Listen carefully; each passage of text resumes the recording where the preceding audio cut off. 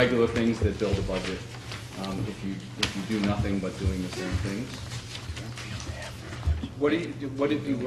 You've heard the recent 4% possible. We've heard the recent 4% possible. We expect that we would be a school that would be 4%, based on the formula. Those that are less than 4% tend to be more the city schools than they are schools where we are, from a budget standpoint, not from a location standpoint. And we also saw the governor's budget that said no cuts, so you figure it's probably going to be somewhere in between, and then there's a wild card of does anything happen at the education level from a federal standpoint, and who knows.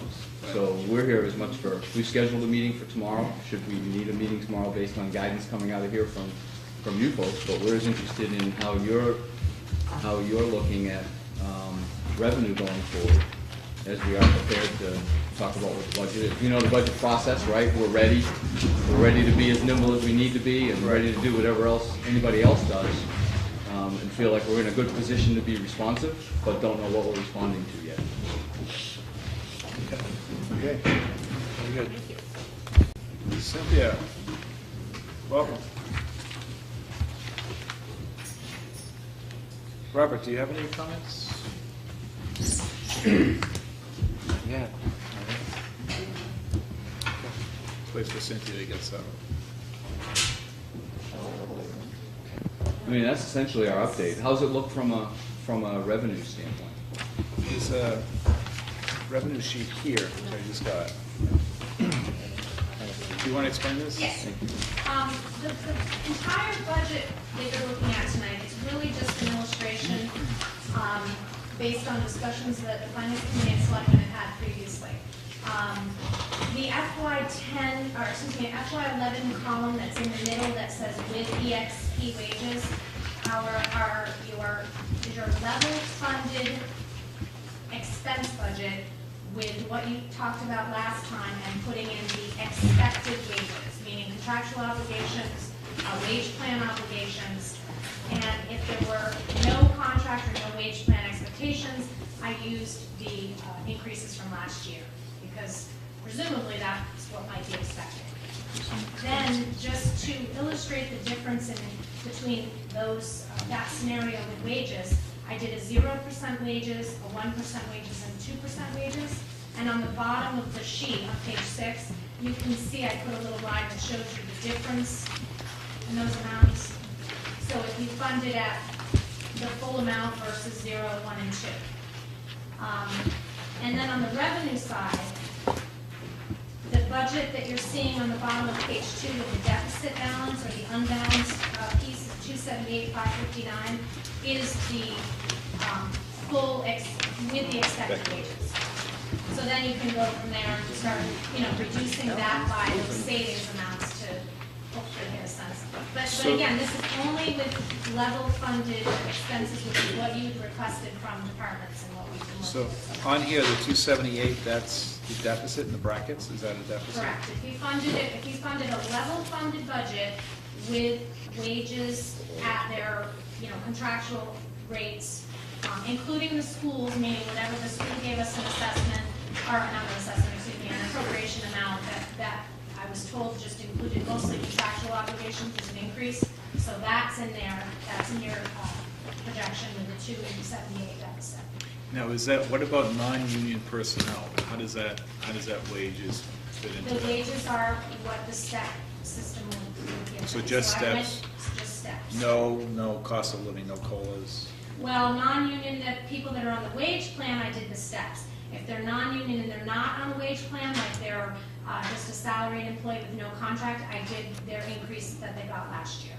It just to illustrate, what the expectation might be and what that would cost you. So right now, 278?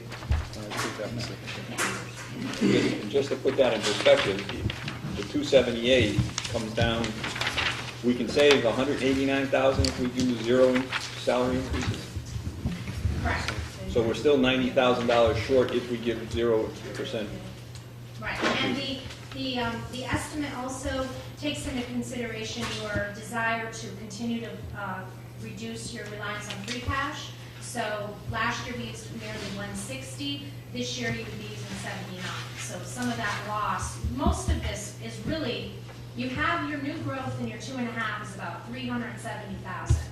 Your reductions in state aid, including Chapter 70 and local aid, is about 125 or so. And then if you reduce free cash, that's another 80. So if everything were to stay the same, you'd actually be to the good this year, but with increases, that leaves you in that deficit position. Diana, excuse me, the 0% column, is that contractual?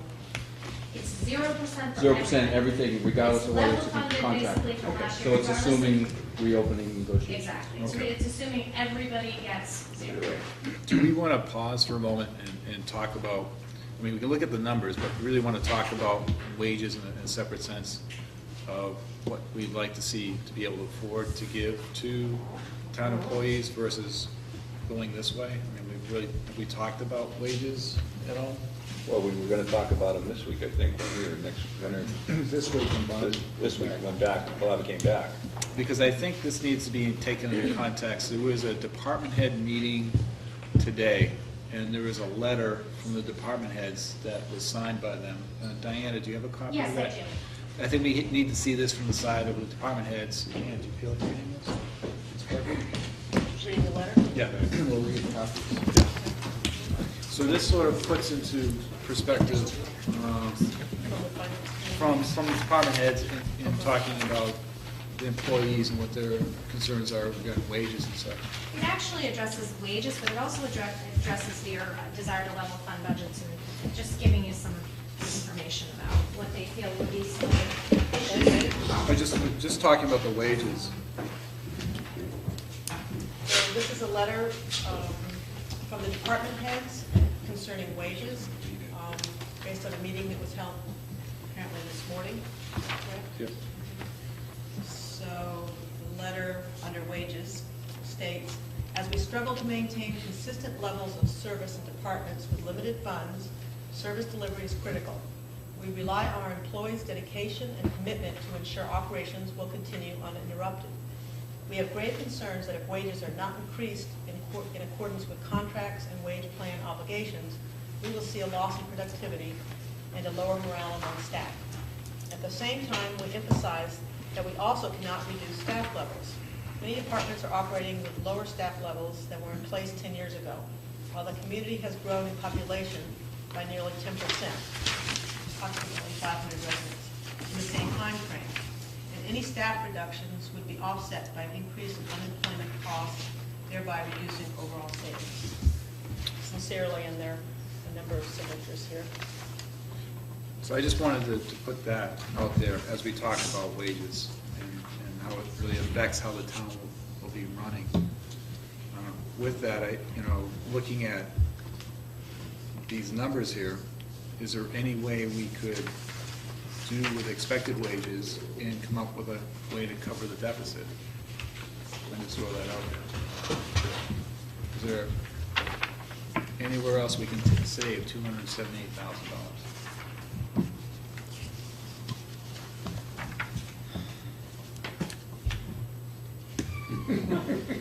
I just throw it out there. I'm just asking. Silence is definitely, I'm looking at Dave, say something. The department heads did also talk about revenues a little bit, because they do understand that, I think at this point, it is a revenue problem. It's not an expenditure problem. We are bare bones, as you can see by this letter, level funded expense budgets. At this point, this department heads are concerned they won't make it through the year. You're really just funding like a 6 to 9 month budget. So, the fact that we're losing revenues at this critical time, it's going to be very detrimental to us. And so the idea is that if we could somehow raise revenues, there's no place else to reduce costs. Maybe it's important to read the revenue side. I was just going to say, the comment they had in the back here was the meals tax. Yes. And from what I've been reading, the meals tax is actually garnering more than anticipated in all the towns. And remember, we turned it down. Some of the folks turned it down. We were in favor of it. So to me, again, it's another easy way to get some revenue to help put it back into the town. And they also mentioned a possible override. They don't exactly endorse it, but And I just want to speak to that meals tax. I was at a meeting on Thursday, and I was speaking to the town administrator in Hadley. They had the same, a relatively similar number of projected revenue. Ours was, I think, 47, and theirs was 52. They are getting, already, they're getting about $12,000 a month. They already expect to get more Really? than $100,000 this year. I mean, does the board feel like readdressing that issue at the annual? I think we should. Do we have to, can we sort of plan some of our budget based on that, Dave? Is that fair to say that? Whether you should or can, or Can we? Can we just sort of, well, we're gonna, So there's a delay. is it 6 months? There's a delay between the time you, No? I think the delay was only 1 to 2 months. It would come in for It was the 60 August days, I 1st. think. August 1st? yeah. Okay. But if you did it, if you wanted to do it, I mean, you could do it at the annual, but I think you're right, I think there's some delay. There are communities who have already voted it to have it be effective July 1st, or to have it be effective April 1st. So, I mean, that's another option, is to vote it. in No, but anticipation of July isn't there a 1st. delay built into it? By the time you asked to have it imposed, there was a 60 or some delay. I thought so, Yeah, I agree, I think that's. I think we should bring it up as soon as possible if we're gonna go that way. What was the projected 50,000 for the town, It was 47? 50. When we got our projection last year, I think it was 47. But that was, again, a real general, I mean, even DOR had said that was a general projection. They didn't at the time have specific data by community for restaurants or establishments, so. And it was turned down, as I remember, at the meeting that we had here, because people said, well, you can't believe the DOR, is it gonna be 50, is it gonna be 5? And so it got turned down. It was only like 5 or 6 people, I think, the difference in the vote when we had it here. But now that we know that indeed all the towns are saying they're actually getting more than they anticipated, I think that's what we bring back to the town and sell it that way. Dave, what were you asking me about whether it can be an estimated revenue? Yes, can you use it as part of your budget, as an estimated Oh, revenue sure. of I mean, $100? if it doesn't materialize, it doesn't materialize, and then you're gonna have to make it up in some other way. But that's what revenues, estimated revenues are. Okay. Even estimated revenues by something the town hasn't accepted yet? Okay. Any other ideas? Just one question on again, on the revenue sheet, and I can't do the math in my head. Are we at 4% on the FY11 estimate on those things that would be cut by the 4%? I can add to that, I was at a meeting this morning of the Fiscal Policy Committee about MMA, and that was the whole discussion of just what we're talking about here. And Steve Kulik was the representative of the legislature that came to that meeting. And he was very firm about the fact that it will be 4%. Not more, they're trying to hold it to that, but not less. And it's clearly because of all of the revenue sources that we use in prior years. All of the day funds, those types of set-asides simply don't exist. And the only thing that I know about the House version is that they haven't dealt with anything other than the two main revenue sources. They haven't dealt with fees and taxes and transportation and all that sort of stuff. So it's hard to know what will happen there. Other than, and I've heard that the vocational transportation, which I think would be reimbursed at 57% now, is being shot to 22%. You have that change already in the 11 numbers, so that reduction is already in the new budget. Yeah, and there were whispers at the end of last week about troubles in this fiscal year, let alone next fiscal year. Dave, just to put it in perspective, you've been doing this stuff for a while, right? You're a selectman in Chesterfield. You've been involved in municipal accounting for a while. In your scope of seeing things, how bad are these days compared to, say, the 70s or early 80s? Banner. Bad. 5% better, 10% better, or a lot better? They claim that, again, it was the legislature that not only is this bad, but 2012 continues to be a real problem also. And then maybe the turnaround will start. Should we go back to that meals tax while we're on it and resolve it? I mean, I was one of the ones who spoke against it the last time. What was the DOR revenue that they said we were gonna get from that? I believe it was 47. 47. That's what's out there. I mean, if we're gonna do it, let's build a conservative number in so that if for some reason if they miss the mark, we don't have to start trying to come up with money somewhere else. But I would not be object to putting it before the town meeting at this point in time. I'll move that we put the meals tax in front of the town to try and make up some of this revenue. Further discussion? Does anyone have a sense of how this would fly from talking to any people in town, the meals tax? No one's gonna like it. What was the percentage? It was like, I would say we have to sell it. 0.75. 75 cents on $100. Almost nothing. You won't right, so notice it's 75 cents on our $100 dinner. Is that correct? it. Yeah. 75 cents on our $100 dinner. Right. Like we said, if you can afford a $100 dinner, 75 cents isn't gonna matter. Okay. I think, David, the word tax is probably more relevant here than 0.75%, which Yeah. I'll move that we put it in front of the town meeting at the 0.75% level. All right, so we have a motion and a second. Any further discussion? Those in favor? Aye. And now that that's done, I want to make sure that we clear, that doesn't fix our problem. No. Right. But it Can I does, also make one more comment? Yes, sir. On sales tax.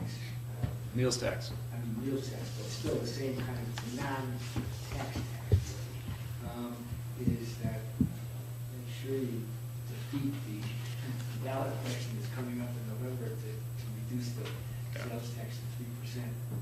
That would do away with billions of dollars in revenue. What would happen at that point? You just close up? that would get fabulous, maybe. We reinvent the state. You would just retire at that point, I would assume. All right, so that's ballpark, say $45,000 coming into the coffers, but maybe. Well, yeah, let's come up with a number that we're going to use as our projected revenue so that we don't, I like 45, it's rounder than 47, it's easier to subtract. I like 40 better, because then if it comes in short, or we don't have to pull free cash out of somewhere to make it up. So you want to haul it in as 40 grand? I would think I'd like to give some direction that we use something. I'm just tossing a number out. I'd rather really play conservative, and if it's there, then there's a little extra money to play with. Okay. But that would be my impression. I would not rely on DOR's numbers. So now we're only talking about $238,000 deficit. If there's evidence from other towns, and you're gonna use evidence from other towns to sell it, I'd suggest that you use towns that are like ours, and with a similar number of restaurants. Hadley might kind of. Yeah, that to me is Hadley does not, it might have the same number of people, Yeah. but Route 9 is radically different than Route 10. That's right, and there's the campus meal plan too that gets executed in Hadley. So, I mean, I don't think you can rely on Hadley's numbers as anything relevant to ours. What were you saying, Diana, Hatfield? The towns of Hatfield and Sunderland and Deerfield are both smaller and. Much more like it. Yeah. What, do you have any idea what their numbers are? I don't, but I will get them. Okay. Next time. All right, so $230,000 more anywhere?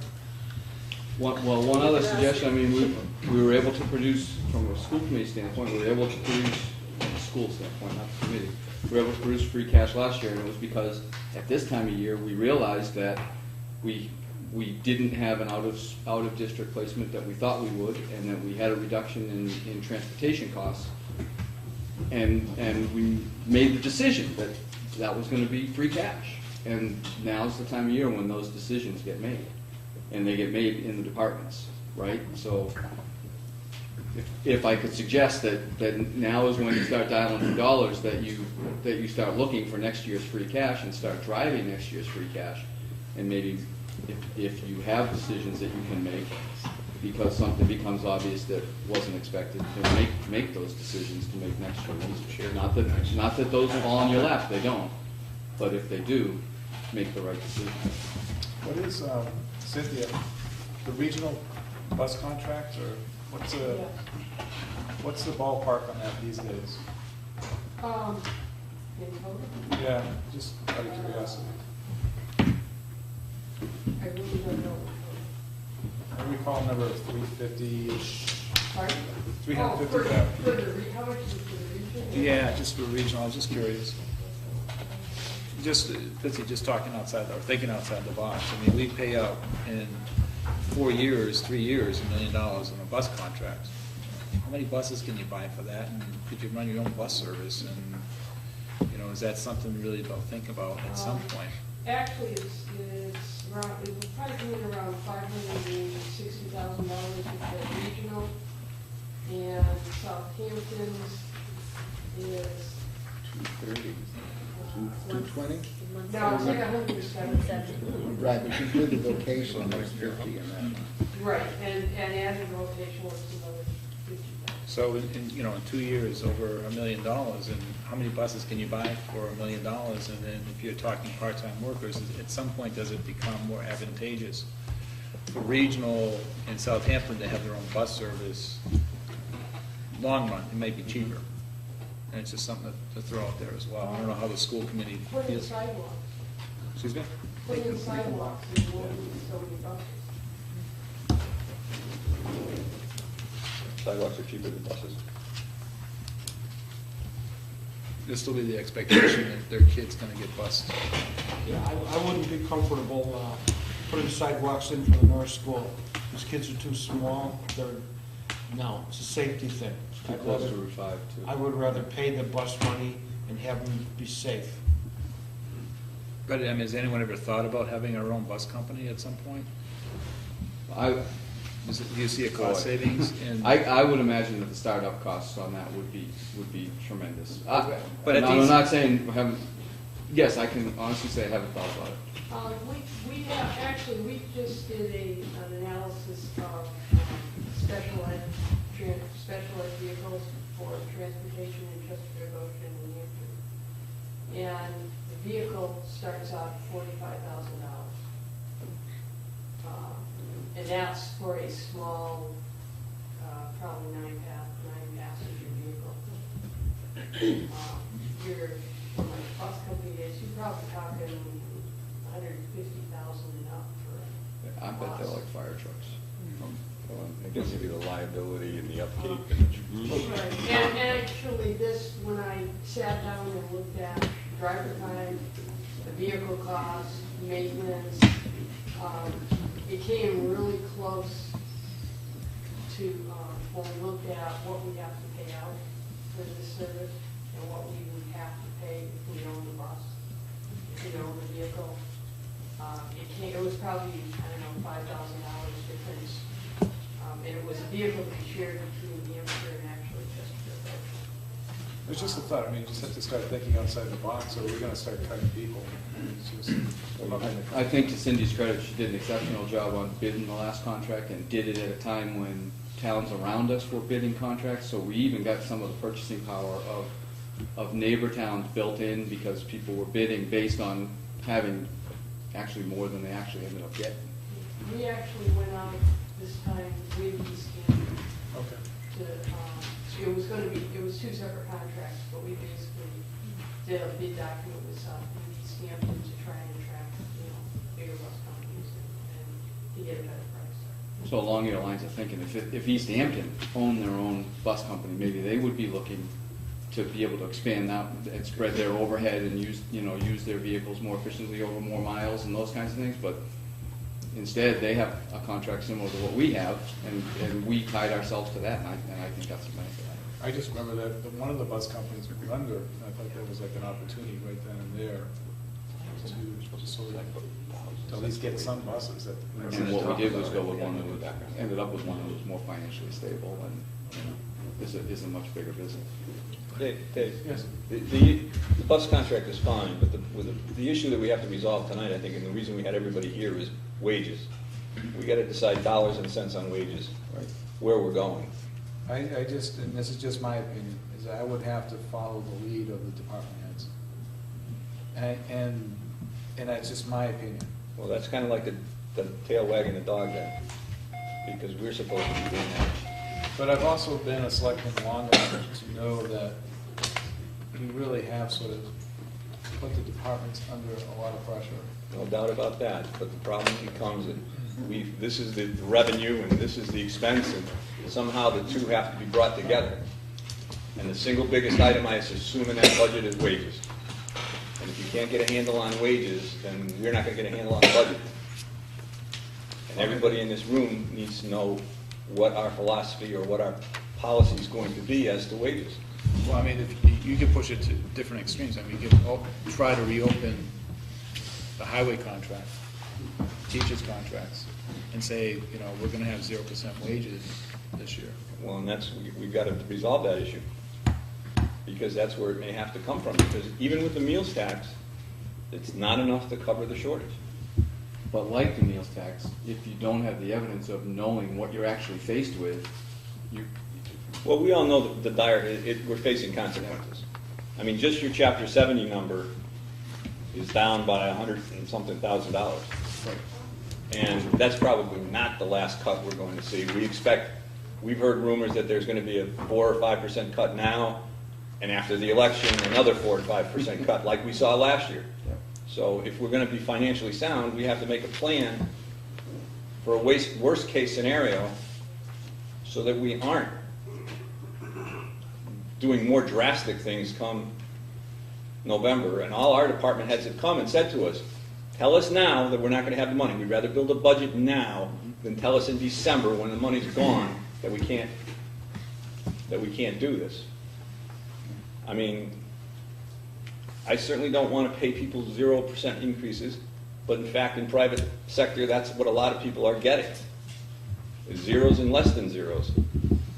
And the unions have got to realize Amherst is giving back money, the police department, and other unions are having to renegotiate their contracts. People are going to be faced with the hard reality. You may have to give up your raises, or you're going to give up jobs. And I appreciate the department heads for doing their job and telling us how bad things are and telling us that they need it. But the fact of the matter is we don't have it. Yeah, done. Okay, I have a question for Diana. Thank you, David. At this point, in this letter from the department heads, in the third underlined paragraph, when we are made aware of proposed budget numbers, we can better determine what services will not be funded in our budgets. So have they been made aware of the proposed budget numbers earlier this morning? Yes, they have. And I think I just want to, comment on, so you're talking about wages, and I think the first 3 sections of this letter really also address the other significant problem, which is level funding expense budgets, continuing to try to do that. So, they're basically trying to tell you very clearly that if you do that, you're not adequately funding those budgets unless you have a reduction in services. So that's what they're trying to say. Right. If you give them the same thing they did last year, they can't make do with that anymore. Mm-hmm. They have too many things now that are crowding over that, plus the lack of contingency. And we've had a couple of emergencies this year that have really have strained the department. Correct. So that's kind of what they're saying. If you decide to go with a level funded expense side, they're going to have to look at their budgets and see what services or what things aren't going to get done, basically. Well, going back to Mike's point, then, if we're faced with either a reduction in personnel or a reduction in services, or some measure, unfortunately, of both, then I think this is entirely appropriate for them to see the proposed budget numbers which you've given them, and then for them to come back and say, this is what we will have to reduce, because what else can you do? I don't see any other alternatives. Well, and that note, which is why we need to conserve that free cash, because these contingencies come up and we're running such a tight budget, that's why we cannot use that free cash, budget into the process, the free cash to balance our budget again. Because then when something comes up, we have nowhere to go. That's our savings account. And we need some money. If God forbid, a building needs a roof or something, we've got to be able to get that money from somewhere, which is why you have to conserve that free cash for emergencies. Yeah, I just just want to reiterate that I think through the whole budget process, what we've tried to do is not have to lay off personnel. Correct. And many of, comparable towns, that's what's happening. Yeah, Tens of teachers and different various staff positions have been laid off. So I think we've done a good job holding that line. But probably services, there's going to have to be a choice between level funding. full-funded services or personnel. We don't want to see personnel go. No, because it's a double-edged sword. Right. But a level-funded budget really is giving the town or the department has a benefit of the doubt, because we're looking at a 4% decrease in our revenue stream. So we're actually giving more than we have. Not 4% of the total revenue, Or but certain certain state line. aid.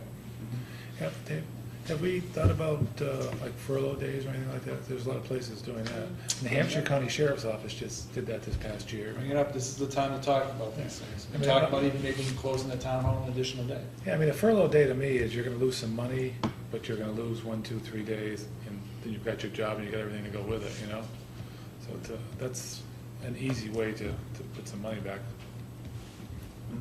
Another thing we might want to consider, if we do lay off people, we're going to have to pay unemployment benefits, which is going to lessen the brunt. Also, these positions will probably never get filled again because we won't have good times for quite some time. And should we look within our own house to make some cuts? I know this is going to be a painful thing for people. We've had a lot of part-time people in here in the last couple of years that have gone over 20 hours a week, and now they are receiving health insurance benefits. That's a fact. Can we somehow consolidate them? Because we're beginning to do that. We need one here, we need one there. This one goes over 20 hours a week, bingo. Now they have full paid health insurance and so on and so forth, or whatever percentage we do. So should we be taking a look at that also? All right, so let's just summarize this a little bit. You're talking about furloughs of some sort, and just, can you flush it out for me so I understand that a little bit better? How does Furlough that days, actually? Again, Hampshire County Sheriff's Department, I know that they just recently did it this year, and they were told you have to take X amount of furlough days. Now, what is that, the person just? Yeah, you've got to plan ahead. This particular case was 12 days over the summer. Okay. And what happened is they picked one a year, one a month, or one a week, and they got to decide how to do it as long as there was enough staffing. And my understanding from the people that work there that I know is the clerical folks and all that took it. The guards didn't want to do it at the time, and they were told, that's fine, but now you need to cut X positions from your area, not anybody else's. And then they thought about it and said, no, we'll take the furlough too. So they were given a choice, which is always nice. But every day you're off, you're not getting paid for it. Right. So you lose 12 days of pay, basically. Yeah, it doesn't have to be 12, it could be 1, 2, 3, all the way up. I don't know what the number is. But the key is it keeps everybody employed. Closing the town hall one day a week takes you from a full-time to a part-time, and you're losing a lot of income. I don't think a lot of people can do that. Even with the health insurance, I hate to see people cut from health insurance. That's just so critical. And I just want to say something about, I see this one wants to say something, sorry, just about closing the town hall. There's this sort of, I think it's this thought that people won't be here, but the fact is the jobs are still here. So whatever you talk about, whether it's furloughs or any of these ideas, which are good, good ideas, just remember, there's a certain level of work that has to get done. And I think that, part of the reason of adding part-time staff is that, we are a growing community, and it puts us in another predicament of the time when, we need to be contracting money-wise when we're still continuing to grow in terms of, population and whatnot. So there's just a lot of work. So there's more need for services that we can't afford. Right, exactly. There's need for more services, and we couldn't even afford the services we had before. Okay, Dave? Yes. The question here is, we have to deal with the union and non-union people. The question is whether it's a furlough or a cap on increases, how do we do it with the union? Is it easier to do furloughs with a union, or is it easier to go and renegotiate contracts, or do you have to renegotiate the furlough? We need some answers on that issue to know which way we're going Just to a go. minute, Dave, what's your opinion on furloughs and reopening contracts and stuff, in your opinion? I haven't had the experience at all. I think we need to know what our alternatives All are. right, excuse me, miss? My husband is a employee, is an officer of the Hampden County Sheriff's Department, and they called it a temporary layoff. So what they did, rather than losing employees, the correctional officers voted for the union to maintain those employees, and then what they did was picked which time of year their temporary layoff would come. So they have a 4 and 2 on schedule, 4 on, 2 off. So he has an extra day built in to like the January through April block, where he has an extra day off for those 12 weeks. But I don't know how it all works, but we get a check from the government for the 1 day's loss of pay once a week. So we're being reimbursed by some other organization as a temporary unemployment thing to make up that lost pay, however they preserve the jobs and we're able to take a temporary layoff. How does that work, Michael? Well, that doesn't help us, because if it's coming up on unemployment, which is why a cap on, or freeze on increases may be better, because it limits your taxes and it limits everything else. Where a furlough is a good point, is it's a layoff and sufficient days is laid off, you start collecting and. Yeah, this was a voluntary one at the Hampshire. It sounds like Hampton, they did a little Right, differently. and there is about 800 employees in Hampton County too. So let's go back to the contract. So we need some answers on those. At least I think I need some Well, answers on let's those. just take one thing at a time. Let's go to the unions and, what is the process to reopen a contract to negotiate freezing wage increases for this year? I mean, how do you go about that? Anybody? I don't think anybody in this room is going to be able to answer that. I think Okay. you need a professional opinion. You know, it might be a thought. If we went to everyone and said, look, and this would only work if everybody did the ultimate sacrifice of giving up a day or two or whatever. So we're asking everyone to please do this, to make this work, so we don't have to lay off people and cut positions. And I can't think of anybody that would say no to that if everybody did it unilaterally. I don't believe from a school standpoint, folks help me out, but I don't believe from a school standpoint we really have the option of offering that, right? Because we've got classrooms full of children, right? So you gotta bring a sub in if you're asking the teacher to take a furlough. And you've got the 180-day requirement, which is basically what we're fulfilling anyway. Yeah. So I don't know, I mean, there's an impact, but I don't know, when you think in terms of the total budget, how much of an impact a furlough strategy could have on the bottom line. Who signs the school contract? Is it the school committee or do we sign it? School committee and the teachers union. So we would have to ask you to open the contract, and we couldn't do that as the selectmen, is that? We would fair to have say? to, we would have to get teachers to agree to, So it gets a little more complicated than more than what we can do Right, here. and it's just like you've done every other time that you've said, our department heads know how to do this within their departments. You need to set the strategy, or you've used the word policy tonight, you need to set the policy. That needs to be the vision, and the department heads, including the school, need to go and execute that, Well, whatever it is. My fear is that it wouldn't be a fair policy in the sense that perhaps one, I'm just saying this, perhaps the school committee says, no, we're not gonna do that. Can't We're do not- that. We're not gonna do it, we're not gonna open the contract up. And, well, then you've sort of set those union people off from, say, the highway and the police here, and so it becomes, unequal in a sense. Well, yeah, I don't know if you need to do the wage freeze thing, or if it's just a matter of, give us a number you want us to shoot for, and then our department will figure out how we get to it. That's what I was alluding to. I mean, that's been the case every other time. You set the strategy and have the department heads execute on that however they will. What's the dollar?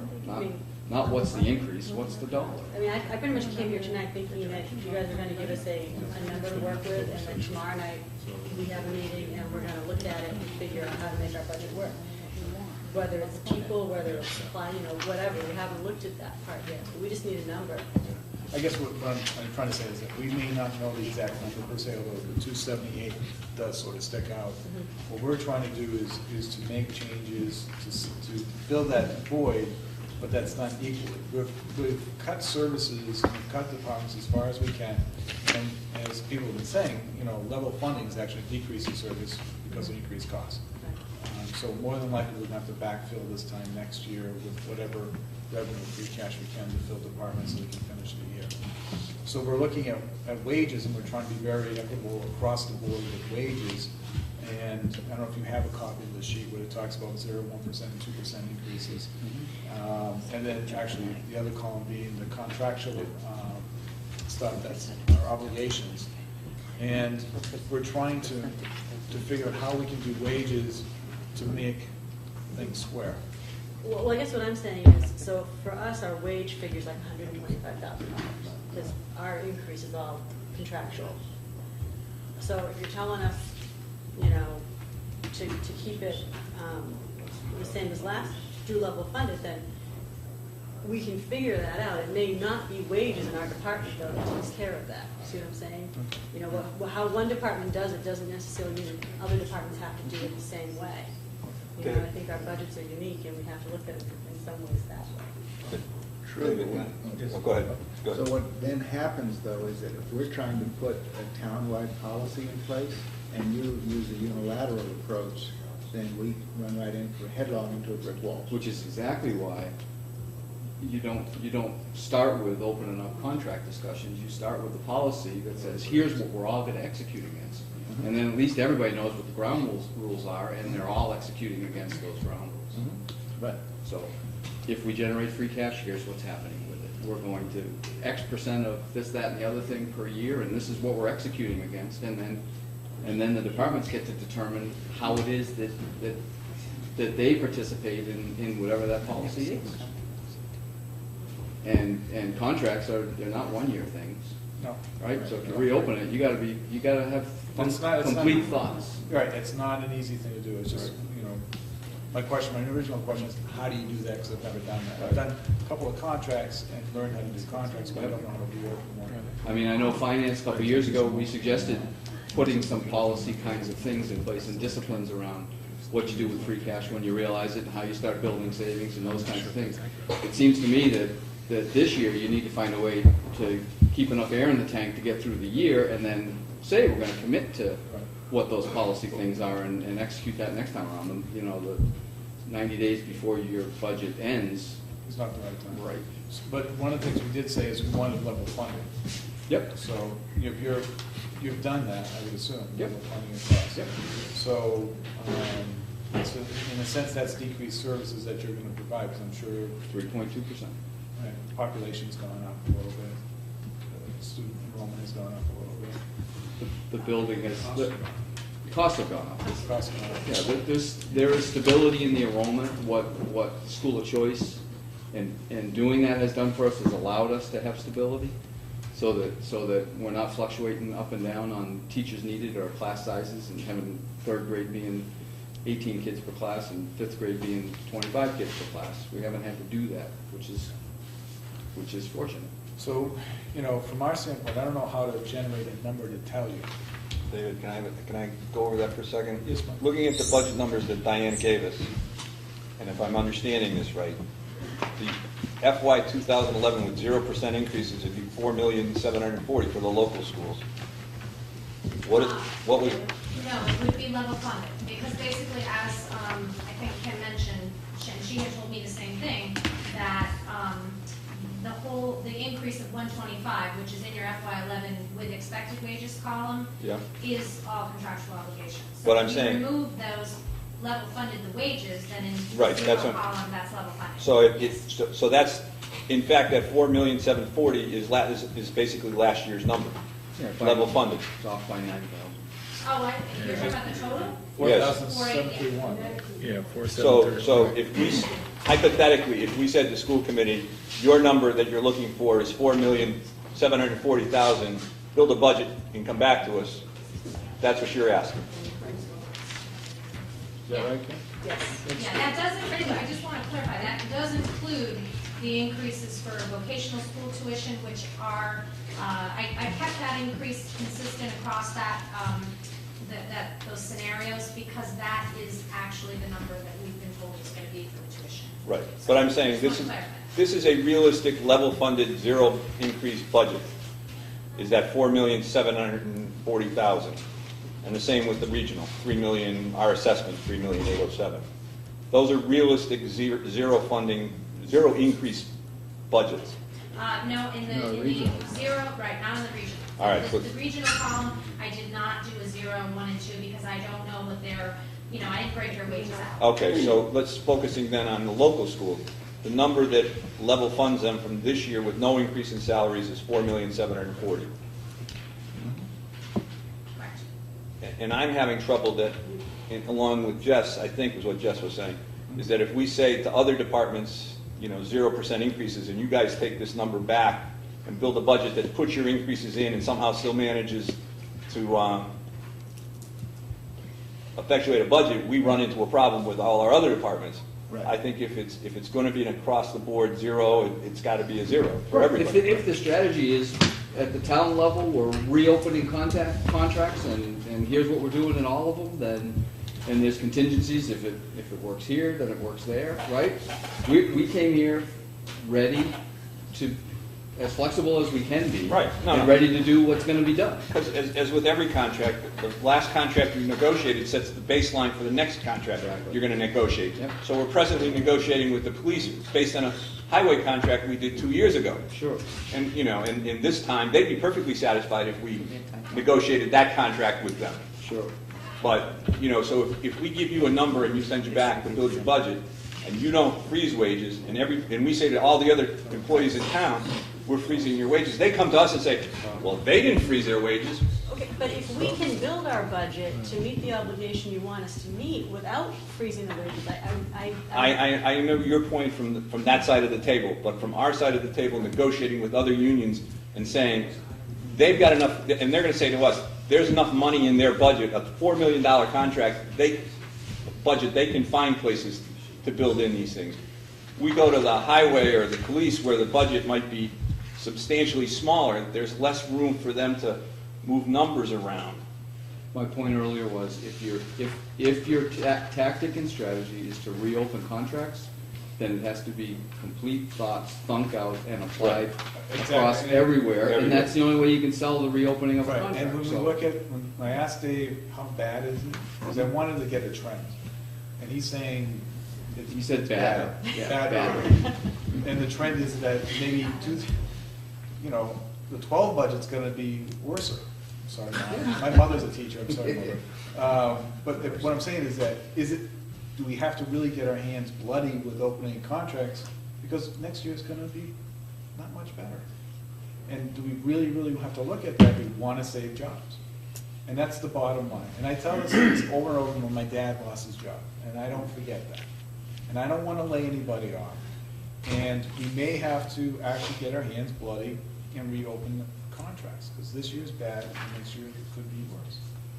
So it's just out there for thought. And you're right, Chris, you want to have everything drawn out. This is our plan, and this is why we're here. Right. This is what we're doing now, to get that plan together. So the question is, which way are we going? Finance has been quiet. Yeah, I'd like going back to each department saying it's level funded. You come to us with a plan and what you want to do. I mean, that gives them control over their destiny. And if they need to go back to the union, if they feel it's important, they'll go back and they'll sit down. It gives everybody in that department a chance to ring in on it and come up with ideas. But don't you find that's the path of least, they're going to take the path of least resistance. Chop the expenses, run the budget until it's gone, and then come to you guys for the... But you got to tell them, there's no coming back. I mean, they've got to realize this up front. It was easy. Our reserve fund is $34,000. It's not going far this year. And I don't know if it'll still be there either. I just think you're going to find the department heads taking the course of least resistance. Where we get to the finish line first and ask for the money is what's going to happen. But you got to sit them all down and saying, here's your decision, here's what's going to happen, we can't do Well, anything. what do we do next year when in December, I'm not picking on Ed, but comes December, he's out of money, and we got a 12-inch snowstorm, and he comes to you guys and says, I got no money. You renegotiate with the highway department union, and he still comes to us at the end of the year saying, because we had a lot of storms, we're out of money. That's not going to change. That's, It's gonna be on the weather. I mean, the current budget, this year's budget seems, I don't know if you want to weigh on this, because you know more about it than I do, but it seems like most of the budgets are moving on a reasonable target toward finishing the year within the budget. Do you think that's safe to say, or are you not ready to answer it? You don't think it is? I haven't scrutinized that. I mean, when I look at the columns, and of course I don't know within each budget when big expenses come. For some budgets, they may come in April, which is why it looks better right now. But for many of the budgets that have large numbers in them, it seems like the most recent ones, most budgets are in the 60% ranges, up to 70, which is about where we are in the fiscal year. So again, barring those end-of-year major expenses that might come on that blows the budget up, it doesn't strike me when I look at it that it's way out of whack right now. And so I feel like if you say to department heads, this is the money you've got, we expect you to work within this budget barring, you know, things like the emergency we had a few weeks ago, that's understandable, and that they can run their budget, especially in our town with the department head experience we've got, and these folks are actually saying they would accept that responsibility to fit within the number that the town can afford. One of the reasons I'm kind of quiet tonight is we just got this packet 5 minutes before we started this discussion with everybody. I feel like we're trying as a group here to make a decision so we can say to these folks, this is what you have to do, and have an answer for them tonight, when maybe we're not quite ready. We want to have this policy discussion. We haven't had it fully yet. And so I think some of the questions that are being raised, I like what Mike says about the wages. I thought the comments over here, Ann made some really good comments about how we should be addressing some of the issues that saving jobs, for example, and how that should be a priority. But that's still unresolved as far as all of our boards are concerned. So I feel like it's a little premature to answer the question, give us a number, tell us what we have, and we'll go out of here and tomorrow night we'll work on it. If we could do that tonight, fine. Personally, I'm not sure we've reached that point in this process, having just gotten this stuff from Diana a few minutes ago, that we're going to try to draw some conclusions from this. I can see the minus 278,000. It's a scary number, but I think we need to talk about it as a group. It's not a scary number, it's a concerning number. Oh, I forgot, I used that last week, didn't I? I think we need to talk a little bit more about it before we can honestly say to these folks, this is your number, leave, go figure it out. We haven't really said that to any other department yet, other than your blanket statement, try to figure out a level budget, and think that that might be where you're going to be at. But one of the things we were going to talk about tonight, Bob, was wages. Yeah. What do you think about the wages? Well, we've been talking about wages. What Mike said, I think, is true. A lot of people, including, you know, where I work, you're talking about 0% wage increases, maybe 1% wage increase, but the main theme is, can we save people's jobs? And most people that I talk to, in fact, at my employment, all the people I talk to always say, but at least I got my job. I didn't get a raise this year, but I'm glad I'm coming to work tomorrow morning, and that continues. And I think a lot of people feel that way in this economy right now. And that's a point that you were raising earlier. I think that's a critical point. Whether you need to fiddle with it a little, words like furlough and things like that maybe are helpful, but that's the discussion that we all haven't had yet. It's being done sort of randomly tonight with different people weighing in, which is fine. There are a lot of good ideas being thrown around, but I don't know that we've reached the point where we're ready to tell department heads, here you go, here's your number, make it work. Because I'm not sure what we've got for revenue source. We have no meeting scheduled for next week, so. Mm-hmm. We have a meeting scheduled for? We do not have one scheduled as of yet, sir. Saying we have a free night to fill.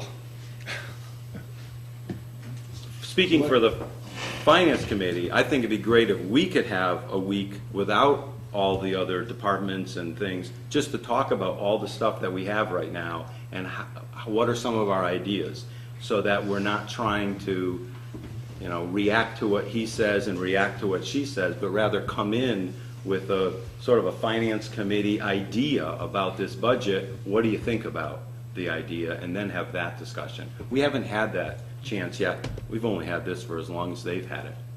The question becomes, when do they need to have a budget number going? I think we're armed and ready to execute. Our direction to Cindy and to Mr. Collins was, know your budget, right? Know what it takes to fund level services and know where we go. But if we go another week or two from now before we tell you that number, how comfortable are you going to be working that number out? I'm not, I mean, we've been through this, time on finance, right? Been through the budget cycle a few times. Town meeting's quite a ways away. We don't have any statute that we have to have a budget by a certain date. All right, so it takes us back to, our boards want to meet and discuss which way we want to go, then we've got some time to do it. But I think we got to send you back with the message. It ain't good. Right, yeah. The expectation coming out of here today was my interest was, what's the revenue number look like? All right, it's not good, right? So we know that now. It's going from bad to worse to horrible. Now what's going to happen at the state level? And to your point, I think maybe a deep breath is a good thing to do. And I think that walking out of here thinking that we're reopening contracts is kind of a revolutionary idea, and I think we might be able to have one more evolutionary year. If we're going to put policies in place, let's put them in place with some real thought behind them, not under the gun with 60 days left before we have to have a budget done. Because I don't think you can think the complete thought between now and when you had to have that renegotiation. Well, then maybe we should send back with the philosophy that this is as good as it's going to get, and it may get worse next year and the year after. And if you're in the process of contract negotiations, you should know that it's not good. And whether the contract has to be built with a clause that says, this is your wage increase so long as these conditions are met in the economy or in the revenue stream or something like that. And if they're not, you fall back. And maybe we should all work to get on the same negotiation schedule. We're trying that. One of the things is that I think last year we left town meeting without a balanced budget. Oh, absolutely correct. Yes. It was not. It was not balanced by 166,000. So there is a breathing room, and what you're saying is right. We need to sit down and really think through these things. But it may, if what Dave's saying is that it's trending to be a little worse next year, then yeah, I mean, the revolutionary thing is perhaps we do have to look at the contracts in August and stuff like that and see where we can save money to save jobs. But David, didn't we make one of our philosophies as being this year we aren't coming out of town meeting with an unbalanced budget? Did we talk about that? Yeah, I thought we had. That we weren't going to do that again because that was slash and burn after that experience, and the revenues didn't come on in where we thought they were going to, and we weren't going to do that again. Well, I mean, would you then say... Because that's a fallacy, because I'm looking at the budget numbers here right now, and our actual winter roads expenses was 147, and we cut it back to 98. What fairy tale are we living in that's going to be the right number? We know that it's going to have to come in for free cash. Do you want to push it to the other extreme, is to say, if Kulik and those guys are saying it's a 4% cut, should we really be looking at a budget with a 4% cut? Well, but we're making up some of that 4% cut with new growth and some other efficiencies that we're building into the system. But realistically, we're lucky if it's a level funded budget. We're going to be very lucky. And in my mind, that's why when you start having policy discussions, you start talking about things like, what line items do we not get kidded by anymore, right? How do we not let The the highway winter... is what, 42 weeks now or something? How do we not let that, I know back 5-6 years ago, we know we can deficit spend in winter roads, and that becomes part of the strategy, right? But the problem is that first thing is that comes off next year's budget right off the top, and it's a fallacy because it only makes it makes this year that much harder. So is your policy that you look at energy, you look at vocational tuition, you look at winter road spending, and you look at 5 or 6 other things, and you say, we're going to budget these at their 5-year average. Right. A year from now, we need to go to employees and say, hey, here's here are the facts. I think Like, we're you wanna sell the meals tax, you wanna have the facts. I think we're talking about a subcommittee of finance and select board, and anyone else that wants to be involved after the annual to sit down and talk about developing policies that help guide certain. But you're talking about executing the tactics of what that might be before you have the meeting. Perhaps we should summarize this by saying, the best the school committee could probably hope for is a $4,740,000 budget. You should be prepared, this is how I would summarize it, you should be prepared that that's gonna be your maximum number. You should develop some strategies, whether it's contracts, freezing, furloughs, whatever, so that we can come back and have a discussion as how you're gonna effectuate that budget. Which number did you pick? I picked $4,740,339. Level fund. Level funded, if we're lucky. And you probably should have some contingencies, assuming that there may be a 4 or 5% cut somewhere mid-year. And there might be one somewhere next month this year. But I mean, we should be building contingencies and having escape routes, that if something happens, this is where we're going. And that's what we've asked Cindy and Bill to prepare, so that they know the budget, they know where it is, and they know if we need to start executing on bells and whistles, here's where we go first. You know, if we hit this revenue market, we're gonna go off and do this. And I think the finance committee has said that that's the way we should present it to all departments, right? I'm These are not numbers saying and that we these are shouldn't, what they could find ways to work within it. but I'm not willing to say at this point in time, here's your budget, work out a budget number. Because I still am feeling that if we're gonna do this, it's gotta be, if it's gonna be a wage freeze or whatever it's gonna be, it's gotta be town-wide, and everybody's gotta bite the bullet at the same time. I agree with that. So that's a different perspective than yours, of course, but that really is the reality from our perspective. No, I have the same perspective. I just don't know how you can, I don't know how you can present it without having the full, without having gone through the full process of saying, here's what our policy is, and this is what we're executing. That's my thing. We need more time, this discussion. bring it, policies to fruition. Create the discipline, and then go execute against the discipline, not say we're gonna reopen contracts, and then we'll talk about the discipline next year. All right, so the deficit, if we give you that number. It's only a to go by- suggested number. Well, I'm just saying, if we just for poops, then the deficit is then decreased by $125,000. So then we're talking a deficit that's 50 something, because that's the difference, 125 on that number. So that gets more manageable, it's down to $1.50 or so. So we are making progress. In a roundabout, but we get there. Well, I'm looking at the deficit, the estimated deficit here. If you take, right now, if you go back a page, you subtract the number that we've asked them to use. Yeah, no, David, then you're still 189,000, because that 125 wage increase is already taken out of that one. No, but I'm just saying, if you're gonna say to the school committee that it's the 4740, Yeah. so if that's the number they're gonna use, then put it back into the expected wages, because they're gonna figure out a way to do it without doing the wages. And that would, That number is the 0% raise. no, that's just a number. That's a number. That's What a he's number. saying is if you take the deficit in the FY11 expected Oh. wage budget, reduce it by the 125, then that now becomes deficit. That's our deficit at But this I point. thought when I go on the back, with the 2011, 0% has a deficit of 189,000. That's with their, No, that's what you That's get a back. savings. That's not a deficit, oh, that's that's the what you savings. get back, okay. All right, I was reading that as a deficit. Savings, I see, okay. So it comes, so that, So that with the meal Would would make you- wipe out a good chunk of, yeah. so that's 153,000 is what I get for a deficit at that point. 853,218, and then we're talking 40 grand for the meal sites, we're talking about 113. So we're getting there.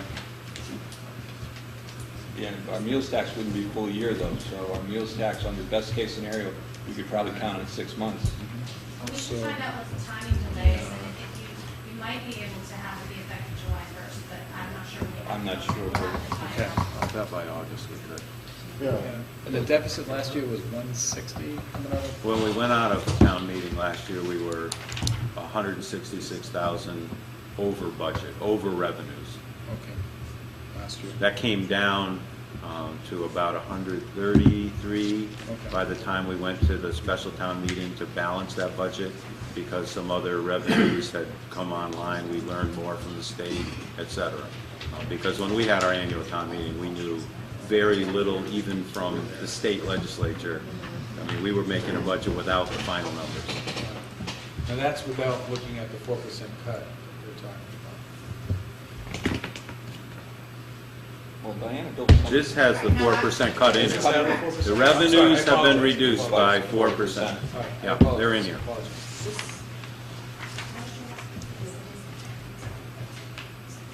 Okay.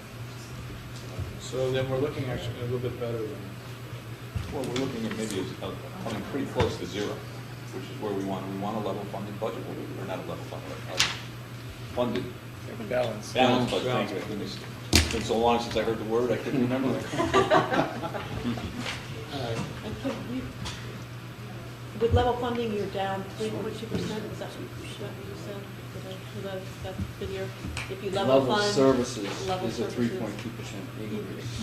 3.2% increase. So if we go, So, okay. you know, the inverse of a percentage is always the same, right? It seems like it's getting So- quiet. So, well, level funding for us is $125,000. Right. To a level service. How does that feel? Hey. No, I mean, is it something you really think you could be able to do? Well, if it's what we have to do, then that's. Okay. It's not as if we haven't had these conversations, and it's not as if we don't have scenarios and places to go back to. I think Kim and the school committee are prepared to meet tomorrow night and to look at how you get an aggregate of $125,000. And it will have an impact on services, it will have an impact on supplies, it may have an impact, it will have an impact on morale. But as one of you or many of you have said, staff will have jobs, kids will have quality education, there will just be some things missing, and it is what we have to do. Well said. Any other comments? So, Bob, what are you doing next Tuesday? What I do every Tuesday. Would you like to join us and talk more about the wages? Next, keep it a short meeting. Next Tuesday? Well, I think we need to meet first. We Yeah, need to we're meet first. we're hoping to have a meeting to talk about all this stuff. We can And meet then at we'll 6. be better prepared, I think, to come and talk to you. And if there isn't pressure that we have to have some resolutions all by next Tuesday, if we have at least 2 Tuesdays, maybe 3, we might be able to do a good job as a combined group Let to, us know when you want to come back. okay, how about 2 weeks? All right. Do we have, what's the agenda in 2 weeks? April 6th, we have scheduled the department heads in the town hall to talk about the snow policy, or closing policy. That's the only thing that I'm aware of that's kind of an appointment. All right, But what- we could push that back if you'd like to, because you've all admitted that that's not a real necessity for this year, it's more than what we're doing. So if you'd like to do that. Well, I mean, we try to increase communication with the department head, so for that reason, it might be a reason to have that meeting. What time is that scheduled for? Is that 7? Yes, I think we did 7:30, because some of the department heads are working on that evening. What might make sense though, David, is if you are gonna meet on the 6th on your regular night, meet with the finance committee that night, and kind of talk more about the budget, and then it seems like the message, the department heads would like to be, brought back in collectively to talk about your final, or your more final determination, so maybe we could just do that on April 20th? What about having, if we're going to And then they discuss, could be here for that too, so instead of having them come twice. well, I'm just thinking, what, if we're going to be just talking wages, then the department head should have we should tell them and have them, if they want to be here, to throw their 2 cents into the ring. Right, we already have a letter to the season. Yeah, I mean, All right, so put the snow thing off, and then we'll schedule you guys for 7, but have the department heads be here for the April 6th as well. well, I think it's an optional.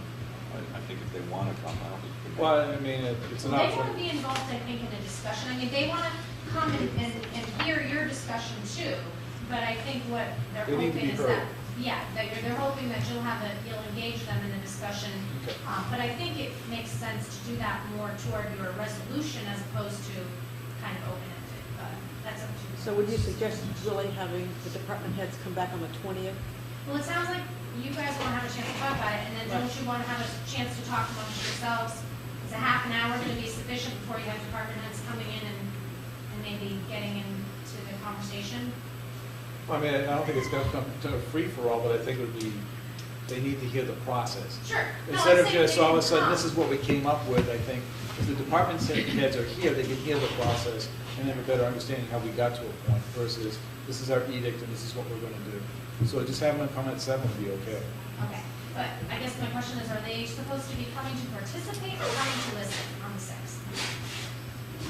Well, in fact, most of them are citizens, so they have a right to participate, so I don't think you can exclude them from the process. Okay. Well, it's going to make a difference on whether people are going to make an effort to come, you know? Well, I'm not going to allow it to become a free-for-all. I mean, I think they need to hear what's happening. But I think the point of that meeting is really for us, the Finance Committee and the Select Board, to come up with some more solid figures and decisions. And if we're not asking for the department input, and they hear things that they're not really happy with, I'm not sure if it's not better just to wait until we know what we're doing a little bit, a little clearer on what steps we're taking. I mean, don't we want their input anyways? I mean, I can't imagine going through this process without getting their input. It's very, very important. So then we're asking them for input, not So to you're asking listen. them to participate? Yes. Okay, thank you. And if I could just add on to that point too, is that for you all haven't been to each one of these select board meetings, that we've been talking a lot about policy. And you're absolutely right. We do need to look at policy after this year's annual town meeting and get together on this. And the department head's input with respect to the policy is very important too. So I agree with you on the timing of it. This is not the time to be setting policy, but next year is strategies and tactics pursuant to those policies. So just to give you guys a heads up that after the town meeting, we certainly are going to be swinging into that direction, if I'm quoting you properly. So is the goal to have a clearer picture on April 20th of kind of where we're going with this? Is that the goal? Hopefully, right now? hopefully. Yeah. What do you think?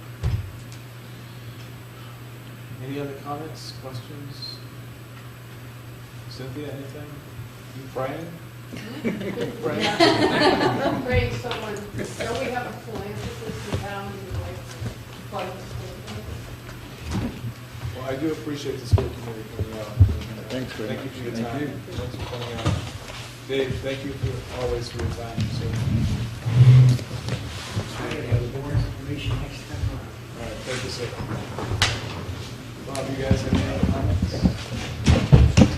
I think we got a lot to work with here. I need the revenue. And I think the comments were good, they're all appropriate. It's just that I agree with the point that it's hard to make policy for fiscal 11, like this week or next week, when you've got so many, well, like wage, for example. You've got so many different pieces of that. And everybody might not go along with it, even if you made sort of an edict that said everybody has to reopen, everybody has to renegotiate. Well, they still might refuse, right? So you still end up with an uneven playing field as much as you make a strong case for wanting it and needing it as the negotiating team. Still, you might not get it, and you probably won't get it in this fiscal year. But as we talk out to next year, I really think that when we say let's have a policy meeting, we're talking about now and next year. That'd be a good way to go about it, right? Thinking about it. See the policy where you fit into the puzzle as we're Right, doing it. and then department heads hear about how next year also looks bleak. That, they may need to hear that. Maybe they're not totally aware. I mean, none of us, everybody each week learns something new. Yeah, and I think the subcommittee of policy, fiscal policy, would be important to kick off, sometime at the annual. After the annual. Sure, Just get before it- or after, right. I mean, I- we've already got that Long Meadow list, and there's some good ideas and there. you've got and- sensitized it through this budget to sort of make note in your mind, maybe a policy regarding him. Fitz Page number 2. Fitz had a lot of good ideas. I mean, he survived on that board on his Oh, well, great And ideas, he yeah. said that he wanted to participate as well in those ideas and see how we can Yeah. flush that out for next year. Oh, absolutely. We had a meeting with him months ago, but he, you know, he's always quick to throw out his general, wouldn't it be great if the town had this, or if the town had already decided how we're gonna handle that? And he's full of good ideas like that. Just gotta get it down on paper. And we're talking about those same things. I mean, he's in line with what's been going on. But my point earlier was that we haven't had much of a chance to really dive into FY11 budget yet, because the process is just now coming to an end of meeting with department heads and getting some ideas. And now, of course, the reality of how much money do you have to work with? Well, Dana's given us a pretty good idea. So let's digest this, let's Okay. talk about it. We'll be back here in 2 weeks, Okay. and we'll see where we get. All right, thank you. Before we leave, you have a bunch of ideas that you collected, furlough days. Yeah. I mean, can somebody put a pencil to that and say if everybody took one day off? Well, I was just gonna it would suggest be that. 10,000, so then we say, okay, 6 days off is 60. I mean, we need some numbers. The You need a daily ideas sound budget. good, but it may not be So you need enough a money. you need a daily budget for union, non-union, what's the daily salary cost for the Yeah, town? yeah. And then figure out how many days you would need to save the appropriate amount. Because if all of a sudden we said if everybody took 5 days off, we wouldn't have a budget deficit. I think that would sound good. If we said you had to take 25 days off, that ain't gonna work. You need to know when unemployment would kick in, Yeah, type of thing. The furloughs, when I worked in Springfield, the furlough program wasn't you got 5 days off and you got to go home for those days. You worked. You just didn't get paid. You came in and you worked. That's what a furlough. That really is what a No, there's different ways to do There it. is different ways to do Paycheck it. got furloughed, you didn't get There's furloughed. different, And so- there's different ways to do it. And what they did is in Springfield, it was a week. It was 5 days. And it wasn't that you didn't get a paycheck that week. What they did is they took your salary, they reduced it by the 5 days, and you still got a paycheck every single week. And then those 5 days, you had 3 options. You could either take those at retirement. You got paid for those at retirement, so really you're just deferring your cost to another time. You took them at termination, so if you separated from employment, you got your 5 days. Or for the employees that didn't have a lot of vacation time, they ended up getting 1.5 days extra vacation time that they had to use within a certain 2-year period. So there were options, and in Springfield, it was mandatory for management to take. You didn't have the option. You got 5 days no pay. For anybody underneath management, you could opt for it if you wanted to. So that's the other option, is management versus non-management. In that case, it was management versus non-management. You know, my job right now, we're going through the same thing. They're trying to figure ways to cut, and whether or not it's 1 day a month no one gets paid, or whether it's whatever. You know, those are ideas that people are putting out there, and to compute it for dollar amounts is a really good thing. You know, my numbers may not be anything for cost savings if I have a department of 1 or 2 people. But if you have a department of 3 or 4, your cost savings may be significant. And if you compare them all together and it's mandatory everyone takes 5 days, you may see a significant savings. And you won't see your layoffs, you know. The last thing I want to see is anybody get laid off. Yeah. Very good. Thank you very much. That was good. We're out of ideas. We're going. That's all we've been doing is thinking of ideas. Great, I appreciate your time. Good luck, guys. Thank you. All right. What time is it? It is 8:20. All right, moving right along to the town administrator's report. I had told you last week that I was going to create a report basically that I'm going to try to maintain as sort of an ongoing and rolling project report. And I gave this out to the department heads to kind of update them on what's going on for projects, and also I'm going to put this on the website so the citizens will see what's going on. So these are just the top 10 projects that we've got going on right now, and it has, I did put in information about when the project started and the funding source as specifically as I could, and then the comments mostly about who's doing what and when the project should be completed. Some of them are ongoing and will be going on for another year or two. Some of them are coming close to completion.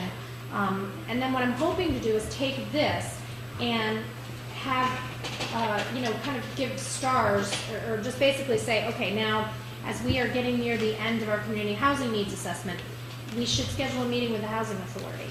As we get to the end of our Greenway feasibility study, we should schedule a meeting with the Greenway feasibility committee and try to do that kind of like on a rolling, maybe like quarterly or every other month basis of having like 2 or 3 committees come in that are coming to the end of their project to give you an update on what's going on and what the next steps would be to start implementing these plans, studies, etc.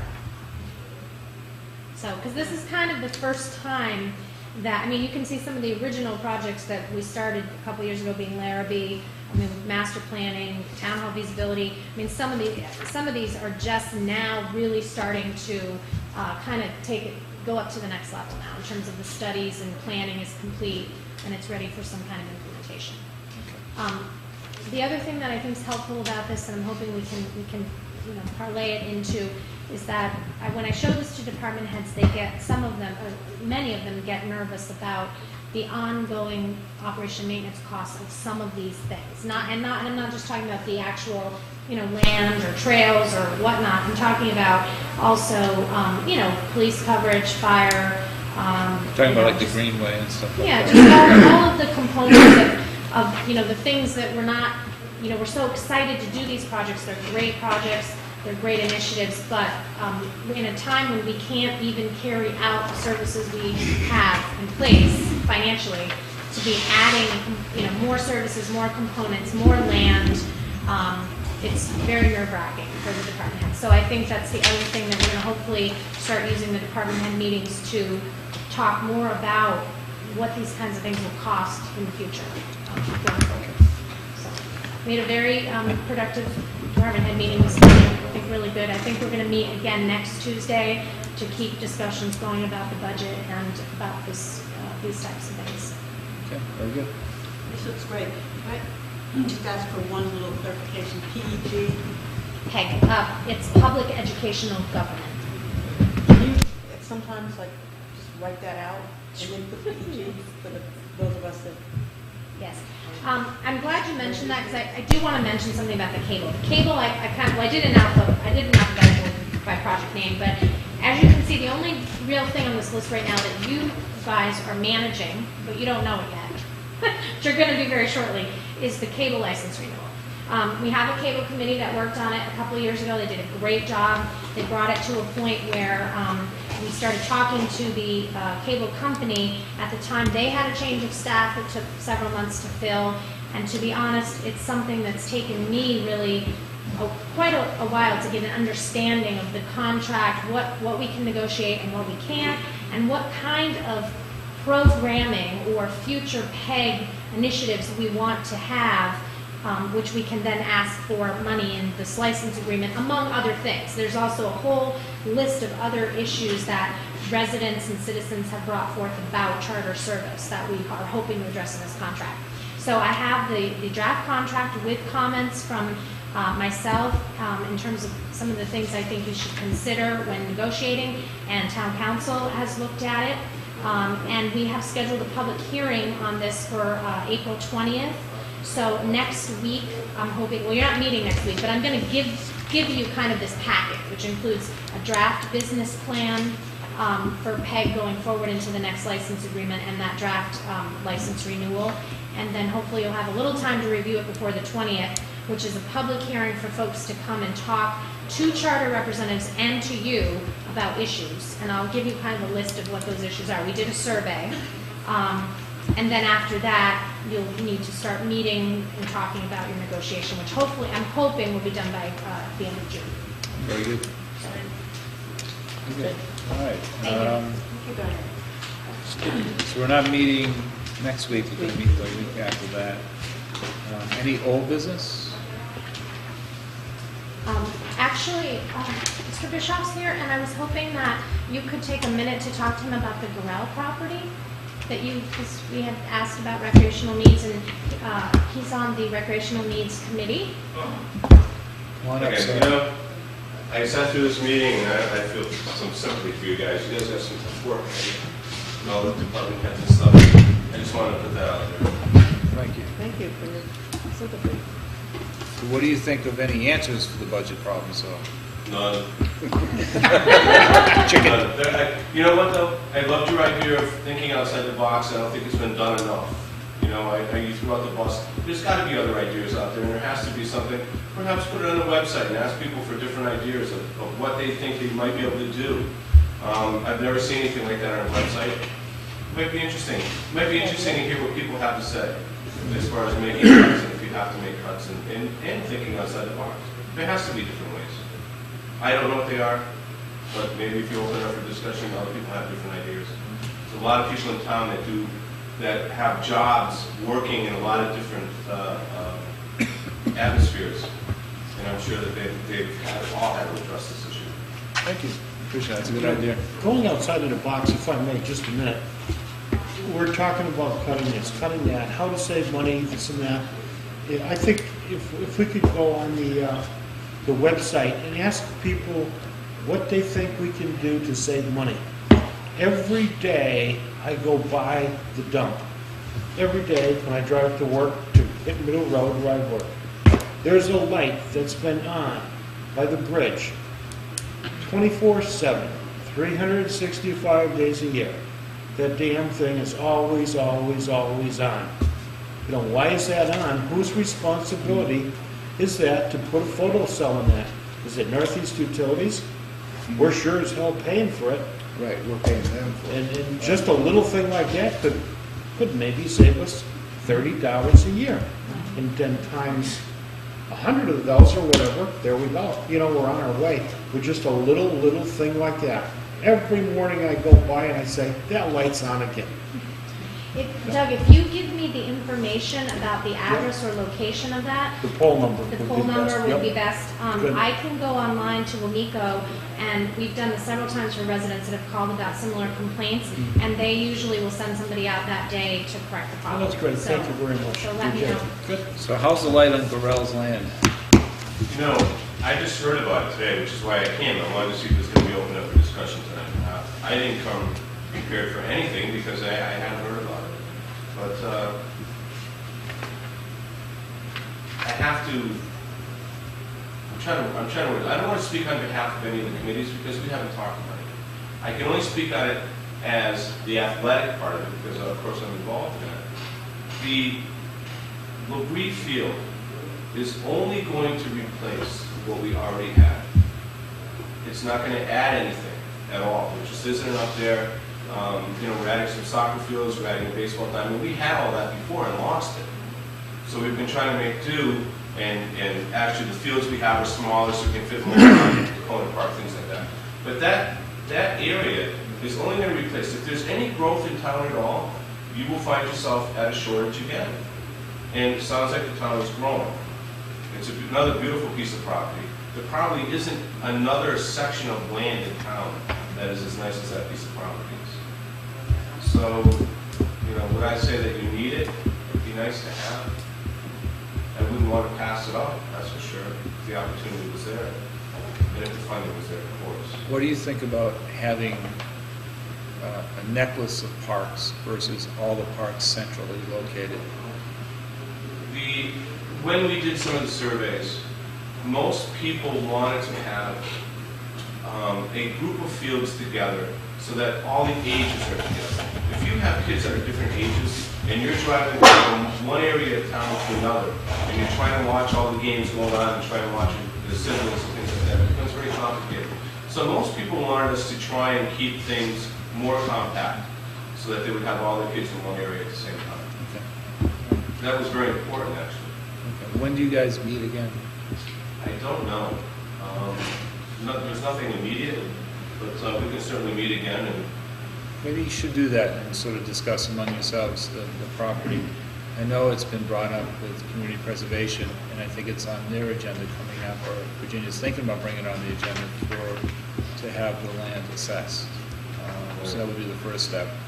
And in this time of budget woes, people have to understand that there's different funding sources within the town, including the CPA, that has money that can't be used for wages or anything else in town. There's specific uses in town, open space and athletics and stuff are some of the uses for that money. We can't put it into the general operating fund. So as we talk about buying different pieces of property, it has some to do with the town woes, because we have to manage the fields with upkeep from the highway department, but the actual cost of purchasing doesn't really affect the running of the town. I mean, if you're looking at purchasing something for future use, you know, of course we all are gonna have trouble developing the park that we have, because we have to get funding for that. But again, that will only last a short period of time, and you're gonna be looking for more fields, and they may not be available 10 years from now. You know, I've been doing this for almost 30 years, and I can't tell you how fast the 30 years went by, and how nice it would have been 25 or 30 years ago to have had a piece of property. And we were looking 25 or 30 years ago. And those pieces of property are just becoming available now.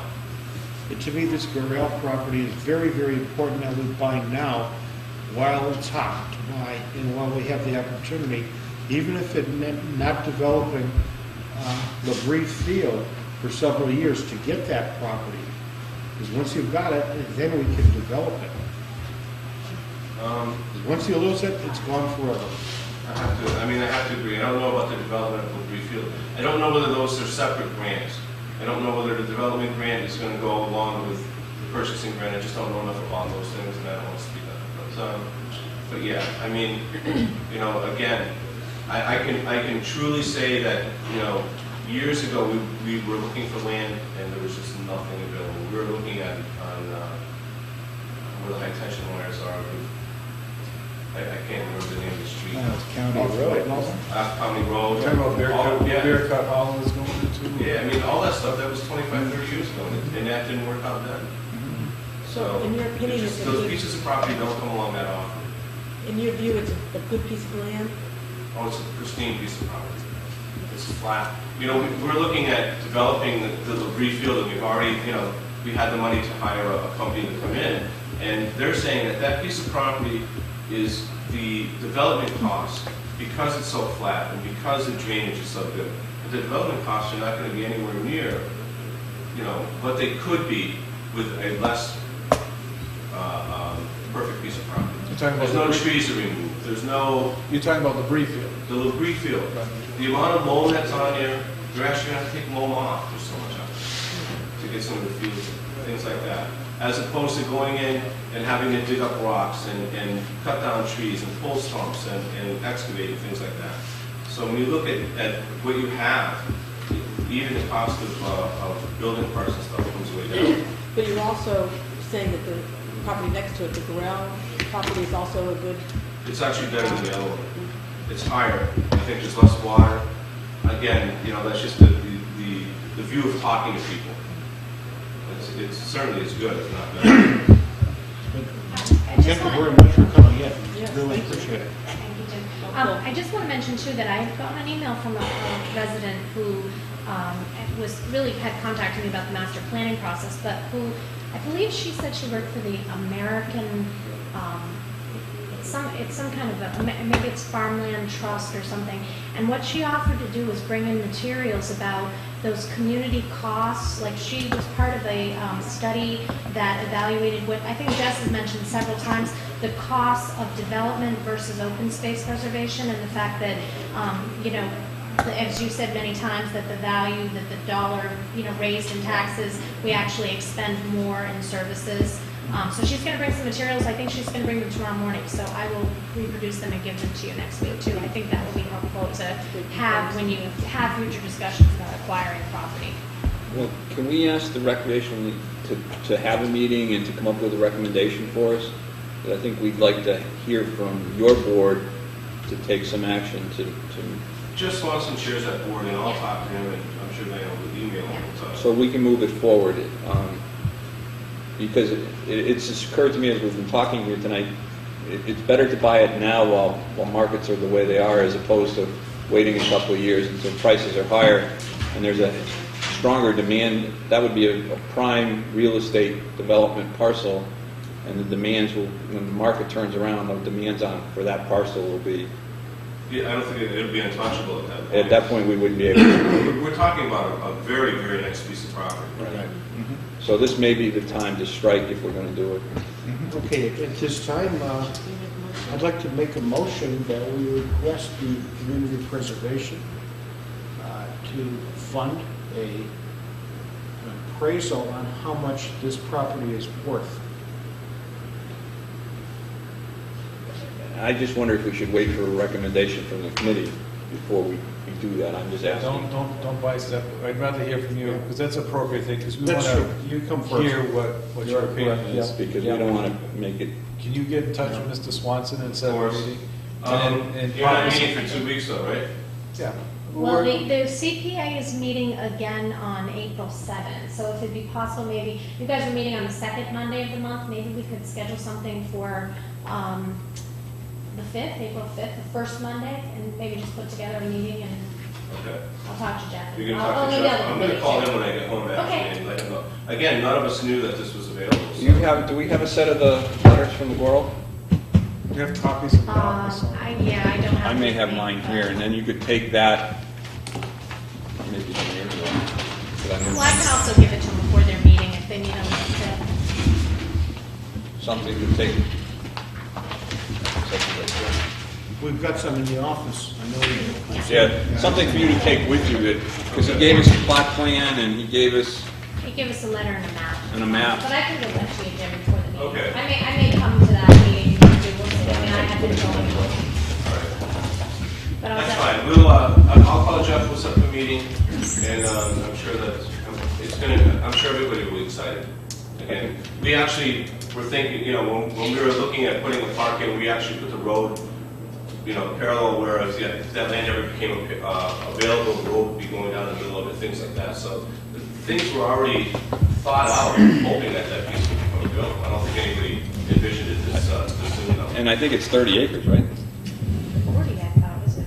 It's bigger than, 37, I think it's bigger than a LaBrie. Yeah, I think it's 37. Now, one thing we should probably be aware of, I spoke with the two Burrell brothers in great depth for several months before they sent this letter out, because I kept asking, this would be wonderful if we could buy this as a town. They did not ask a set amount of money for this, they don't know how much, and I advised them that whatever the appraisal comes in at, we cannot pay any more. And they said, okay, well, let's see what it is. So that's where we are now. Right. They don't have a set. No, I know. It's It's not the same as LaBrie. I'm sure, LaBrie had a set amount and they had to work their way down. Of course. But, LaBries were created as far as selling off a building lot and things like that to bring the price down. And perhaps Burroughs would be willing to do the same type of thing. Very good. Look forward to hearing from you. Okay, thank you. Thank you very much. All right. Old business, new business. I just wanted to bring up one thing. I'm the representative now to the master plan committee, and as you know, we're having the visioning sessions. There's 2 evenings and a day coming up in April. And just an interesting perspective here is that there have been 139 surveys that have been completed so far, surveys that were done online. And I looked at the tabulations of those today. Danielle sent them out to us. And in the case of fire, water, police, and highway, they have over each one of those has a higher than 80% approval rating based on those 139 surveys. Really? Which I thought was an interesting set of statistics and numbers, and a good thing, obviously, too. For the services. Right. Because we constantly hear, I don't have enough, I don't have enough, I don't have enough, but this is coming from the public saying, hey, 80% of the public are satisfied with the level of services. Good. I did my survey today. Very good. Are you in that 80%? I don't know. I'm not going to express my opinion. We have quite a few hard copies too, so I'd say that, yeah. Yeah, the demand for these surveys has been great. Very good. I took an extra set 15 or 20 over to Pure Food Market, and Hank Barton took some more back today, so there's been a lot of interest in surveys. There's a link from the town webpage to that survey. Correct. David, why don't you make an announcement while we're on? I just did. Maybe that's a little more. I'm sorry. If those wishing to participate in the survey from the master planning, there is a link at the town's website that you could process to that and fill out the survey. Thank you. Thanks. And I would like to add to the new business. On March 19th, the Gazette had a very nice little story on one of our beloved community members, Richard Ahart, and I would like to read this. 5 local heroes chosen to be honored with Paragon Awards. 4 Paragon Awards will be presented to 5 individuals who all work in unique ways to serve their community. The awards, along with a list of honorable mentions, were announced this week by the Paragon Partnership. The Kimball House Award for a lifetime of volunteer leadership will go to Richard W. Ahart of Southampton. For decades, Ahart, now 83, has worked on projects to benefit his own community and help those in need. During the height of the Khmer Rouge genocide against Cambodians 25 years ago, Ahart led the effort at Christ United Methodist Church to take in and care for refugees from that country. He was active as a volunteer with Interfaith Cot Shelter from its start and serves on the Southampton Historical Commission. He and his wife, Virginia, retired as a teacher from Hampshire Regional, had the Southampton Town Report dedicated to them in 2005 to honor their ongoing work in their hometown. And I just thought this was just a wonderful tribute to one of our very hardworking and committed citizens. So thank you, Richard Ahart. Would you like to send a letter of congratulations to him before, if we can do that, please? Yeah, thank you. Very good. All right, any other correspondence and signatures? I don't see it over here tonight. We do have a couple of warrants, if you want to start on those. We have a bill warrant, number W10-39, for a total amount of $210,218.45. Do we have a motion? Motion approved. Do we have a second? Second. Any further discussion? Those in favor? Aye. And then there are some minutes from January 26th, February 9th, and March 9th. If you want to take a quick look at those, if you could. Are we going to talk about dedicating the town report tonight, or are we going to do that another time? Or? We can talk about it. You've typically done it as a, I don't know how to, as a surprise. Yeah, I saw, we got talking code. Yeah. In code? In code. And I was referring to the letter that I saw circulated around that I would like to support that person's name. Well, that's in code already. That's in code already. No, I saw it in my email. Did you have a copy of that letter in your? As one of my email. I don't know if it's in Okay.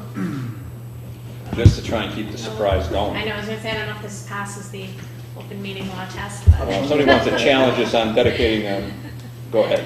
Well, we just try to do it for that person's sake, because it has been a really nice, when we have been able to keep it secret, private, it's been a nice surprise for the people when we present them with the report, which we did a couple of years ago, and it was really awesome. We did. We kept it a secret. Kept it a secret. Well, do we make a motion? We're not keeping it a secret To nominate at all. No, we're just using code. We're just using code. Give me a second. We're not keeping anything secret. Code We're is on not TV. What's to keep secret? It's very transparent. We're just not using a name. We're just sitting here talking. In the minutes. All right, does anybody have any comments regarding the minutes? Move to approve. Second. Any further discussion, Jess? We're just going to discuss wages on the 23rd, which we talked a little bit about. No. Second, no further discussion. Okay. Well, That was I'd like to say something about, should I say something about the St. Patrick's Day parade? All right, we got a motion here anyways. Well- All set? Yeah. All right, those in favor? Aye. Okay. Well, that was discussion on the minutes, I think, is what you were saying. Yeah, no, go ahead, I'm sorry. As it turned out, this year, we did make an effort to attend, but we were a little bit behind in letting the parade committee apparently know that Southampton was interested in attending. So, in the end, the fire department, Steve called and said that actually they weren't prepared to have us, let's put that nicely, and that we could have actually ridden on the Opa float, but that didn't seem like representing the town of Southampton in the way that I thought I would be representing it, so. Well, just to let you know, the Opa Float won grand prize. Well, This year? Really? Yeah, they won grand prize. I saw it, it looked really good. Yeah. but I don't think the fire, I just I don't have, think the fire truck could have fit on the Opa. no, in the past And I times, wanted to go with somebody that I knew from Southampton. I was a little under the weather Sunday, so I sort of did not go. But in past, we have walked, it was one year Mike and Ed Batchelor and myself, and then one year because of Dougie's bad knees, we did sit on the float. I heard about that. Dougie has really bad knees. I heard about that. Because of medical Digging reasons, holes here. we did sit Just on the because. float. I'd move that we nominate the name that was in the email to be, that the town report be dedicated to. I'll second that. Oh, go ahead. Go ahead, Jess. I'll second that. I would assume there's no discussion. Those in favor? Hopefully nobody makes a demand for the email. Great, thank you. And I just to not to belabor the parade point, but we have since in the last couple of weeks, I have been speaking to the head of the veterans. I have talked to Steve in more detail, and we are definitely working on putting together our parade unit, and we're hoping that our first cohesive unit parade will be Memorial Day. Sweet. All right, just for completeness sake, I want to read the letter in entirety from the department heads. I think it's in all fairness. Is that all right?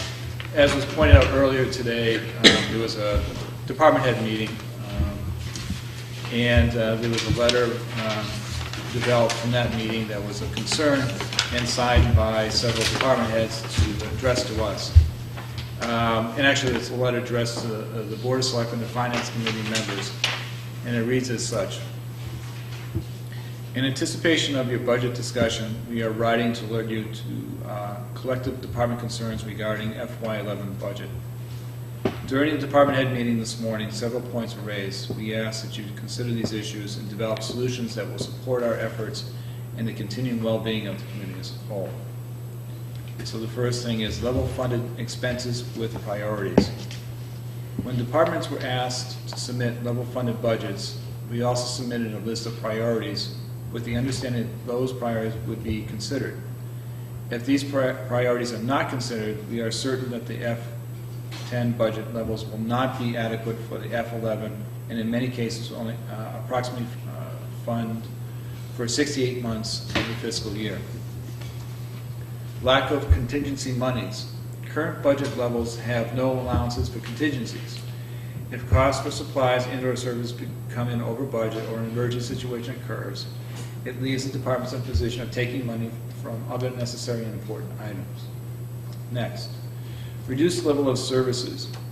If current budget levels are instituted going forward, and that is the level funded budget, reduction in service levels will have to occur. And I would agree with that. When we are made aware of proposed budget numbers, we can better determine that what service will not be funded in our budgets for FY11. At that time, we will address the board and finance committee and outline what those services might be that would be cut. Wages, and we talked about this earlier. And I'll just read that again for completeness sake. As we struggle to maintain consistent levels of service in departments with limited funds, service delivery is critical. We rely on our employees' dedication and commitment to ensure operations will continue uninterrupted. We have grave concerns that if wages are not increased in accordance with contracts and wage plan obligations, we will see a loss of productivity and lower morale among staff. At the same time, we emphasize that we also cannot reduce staff levels. Many departments are operating with lower staff levels than they were in place 10 years ago, while the community has grown by nearly 10%, approximately 500 residents in the same time frame. And any staff reductions would be offset by an increase in unemployment costs, thereby reducing overall savings. Next, the revenues. While we are committed to providing the services this community is accustomed to, we need your support in providing the revenue streams to do this.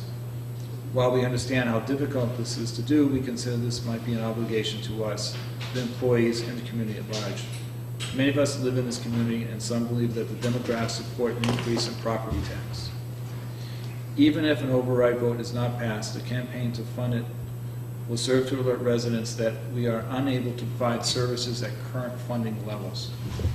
Further, we respectfully ask that you consider bringing forth an article to adopt the meals tax at the annual town meeting, which we did tonight.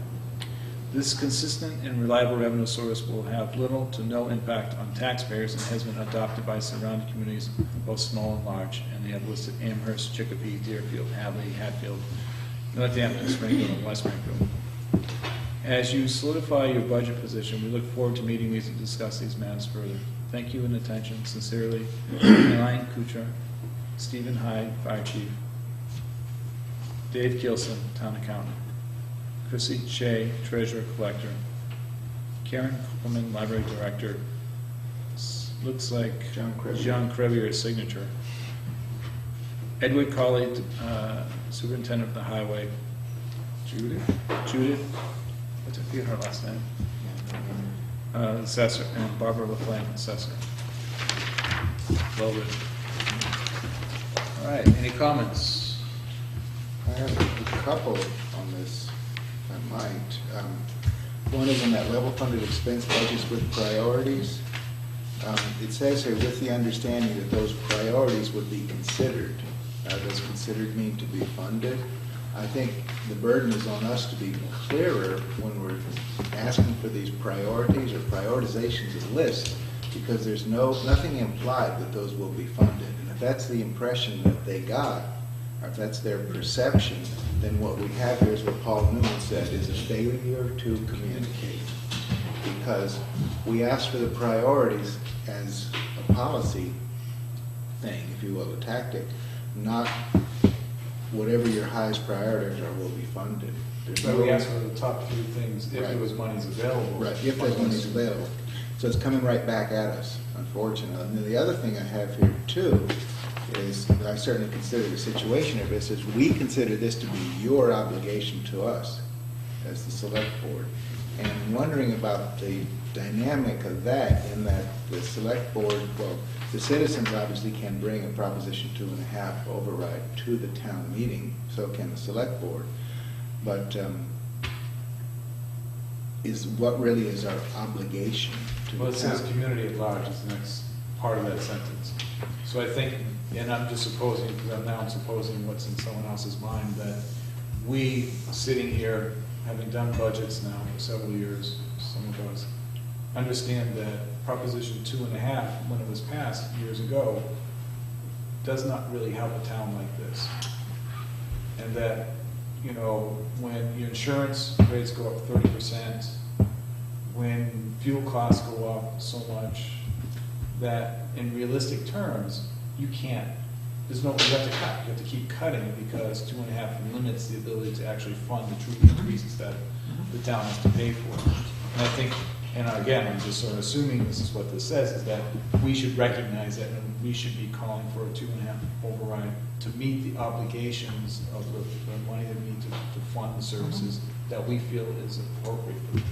I think that's. So what happens if the 2.5 fails then? Do we meet our obligations? We met our obligations by recognizing it, and the town chooses. And if the town chooses not to fund a 2.5 override, that's their choice. But I think we also have to be aware that we have to really communicate that how tight things really are. Exactly. Right. And that's been my position all along, is to communicate, as we started to do tonight, that first pass through, there's a $289,000 deficit. So where is this magic money going to come from, which is part of our obligation. Now, the only alternative we have, other than living within the 2.5 plus the growth, is to promote a 2.5 override. And maybe the meals tax. And a meals tax. And beyond that, I think that's really not, it's not where our obligation ends, but it's where our abilities end. One of the things when we're talking about policies is that in so far, let me just backtrack. In my experience with Proposition 2.5, it was only one Proposition 2.5 that was sort of really had an impact in the town. It had an impact in a negative way. There was a $90-some-odd thousand deficit, the regional school, I think it was, or it might have been Norris, and an individual at the annual said to fund it, pending a 2.5 override. And obviously the 2.5 override did not pass, and that $100,000, $90,000 was then had to be taken out of what we control for a budget, which is about $3 million. So it was a pretty good whack that hit to the town. So that was a negative effect of Proposition 2.5. When we talk about Prop 2.5, it's a very, very sensitive issue because it's actually monies that we're asking for the taxpayers to pay. But when you step back and say from a very objective thing, I can't go down to the local Chevy dealer and pick up a car and drive off and not pay for it. I can't have somebody come to my house and cut my lawn and not pay them. If we're going to hire a patrolman, if we're going to hire a teacher, we should have a Proposition 2.5 override to add that person's salary and benefits to the base budget of the town. And it should be based on 2.5. And that's how you should be able to expand services. I mean, that's how 2.5 should really be used. Now, it shouldn't be used when we're in a panic trying to make things, to meet things. We should have more consistent, objective way of using 2.5 when we want to increase services. Say if we wanted to add an afternoon bus to pick up kids from Hampshire that want to stay at the regional, a 2.5 override to fund that, and sort of keep that in the budget. This was funded by a 2.5. Now we have additional services for the students at the region. Right. Now, my entire point here is the management structure of the town is that town meeting is the ultimate authority. That's all I have to say. So our obligation is to present this to town meeting. It's not an obligation to the community. It's an obligation to present an override. So if this were positioned more as a request or something like that, fine. But if there's a hint of demand here, at least it's my perception, it's the town that is the ultimate authority of the spending. So I think we need to keep that clear too. I don't want to be a target for not having lived up to my obligation in the event that a 2.5 doesn't pass. I think we all come to this position as a select person and what our obligations are. Mine's a little bit different than that. I see my obligation more. I'm looking at the real numbers. I'm looking for ways to fund things to make sure that police and fire and the highway are funded appropriately. And I feel that part of my own obligations as a selectman is that I see that there is a deficit, that there's no other way to pay for this, and the town people should have a 2.5 override to pay for the services that they're getting, because we're not meeting that obligation with the fund that we're flowing into revenues at this time. Okay. Any other comments? I guess my philosophy here is that, no, we're not under an obligation to them to bring in 2.5. Our obligation is to citizens, not to the department heads. The department heads are our employees, so to speak, or employees of the town, and we are the leaders of that. And the philosophy here is we are responsible to the citizens, not to the department heads. Our responsibility is broader, bigger than department heads. And I feel, I don't think we have an obligation to do anything as far as a 2.5 unless we think it's in the best interest of the town. And at this point in time, I don't think it's in the best interest of the town for 2.5. It might be in the best interest of the town employees and the town department heads, but not in the best interest in the town. So no, I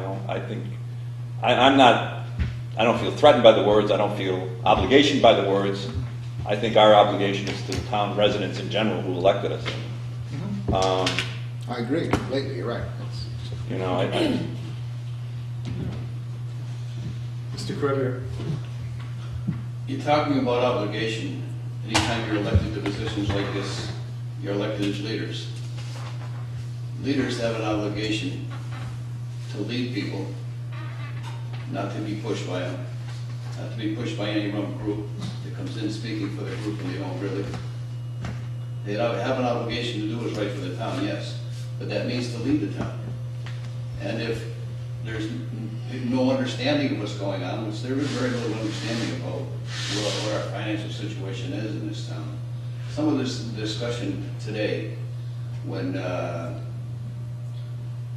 board member, the department heads were talking, they're tired of being squeezed to do the same job and bigger with less. And that's happening. I think you all up there understand that that's happening. That's not being related to the public. And I've been on this board. I can remember when I first got on that board, the board was made up of a bunch of people that would say we need an override because there's not enough money to do what the high school needs when the high school came in. Because the high school wanted it, they didn't want to hurt their feelings. When they left, they called them a bunch of hogs and said we had to change the way things were done publicly. Meetings weren't televised then. And they planned on making sure overrides didn't pass. They would sit there, they would stand up and say, we need it. Every one of them would give us a feel about how we really need the money, we don't have the money we need to support the town. Then they talk privately amongst themselves right here in the room and say, we got to make sure everybody puts their wish list in so this thing doesn't pass. And I'd say, hey, what are we doing here? You know, are we lying to these people when we say they need it? Or are we saying we don't care if they need it, let's make sure that people don't give it to them? And that's been going on for a long time in this town. That attitude's gone on for a long time. The law was passed so you couldn't raise your taxes more than 2.5%. There was also a provision put in there for overrides knowing that that may not work. It's not working in this town. And anybody that thinks it's working doesn't know what's going on in this town. If you as a board think that 2.5 is not good, it's not a good idea to try to get 2.5, or it's not a good idea even to bring it to the people and let them know we've got problems, even if they vote it down. When we keep avoiding going to the people and saying we've got problems and we need some support here and we have to support this town, they start thinking they've got plenty. They're getting the job done. Ed Cully gets funded for 40 weeks and he comes up with the money somehow to keep the department going, and Ed jumps in the truck when he shouldn't, jumps on the scraper when he really shouldn't, and does that. We all know that's going on. Most people don't understand that, but we don't tell them that this is our situation. We try to paint rosy pictures. We don't want the people to think that we might be saying they have to pay a little more. They might not like that. Sometimes we have to say what they don't like, so they understand where we are. That needs to be done. It hasn't been. We were very close about 4.5 years ago passing an override. We came very close on it. We came from where we had a group of people undermining everything we were doing to where we almost passed an override. And where it does help is when we keep falling behind an override, and the very argument they always use not to go for an override, to use debt exclusions or whatever, was that it's forever. 2.5% is forever. We need it this year, but then we'll pay it forever. Well, if we're falling behind every year, we need it forever. 2.5 is not doing it for us. It maybe has to be 3% now so we survive in the future. If we keep going to the bottom of the hole, pretty soon we're going to be buried. And if we keep lying by not speaking and saying things are great, we really don't need it, maybe under our breath we're saying that we know people won't like it. We shouldn't really care if they like it, if it's the right thing to do. The needs of the kids. Our buildings are old, they don't function as well as they could, they're nowhere near as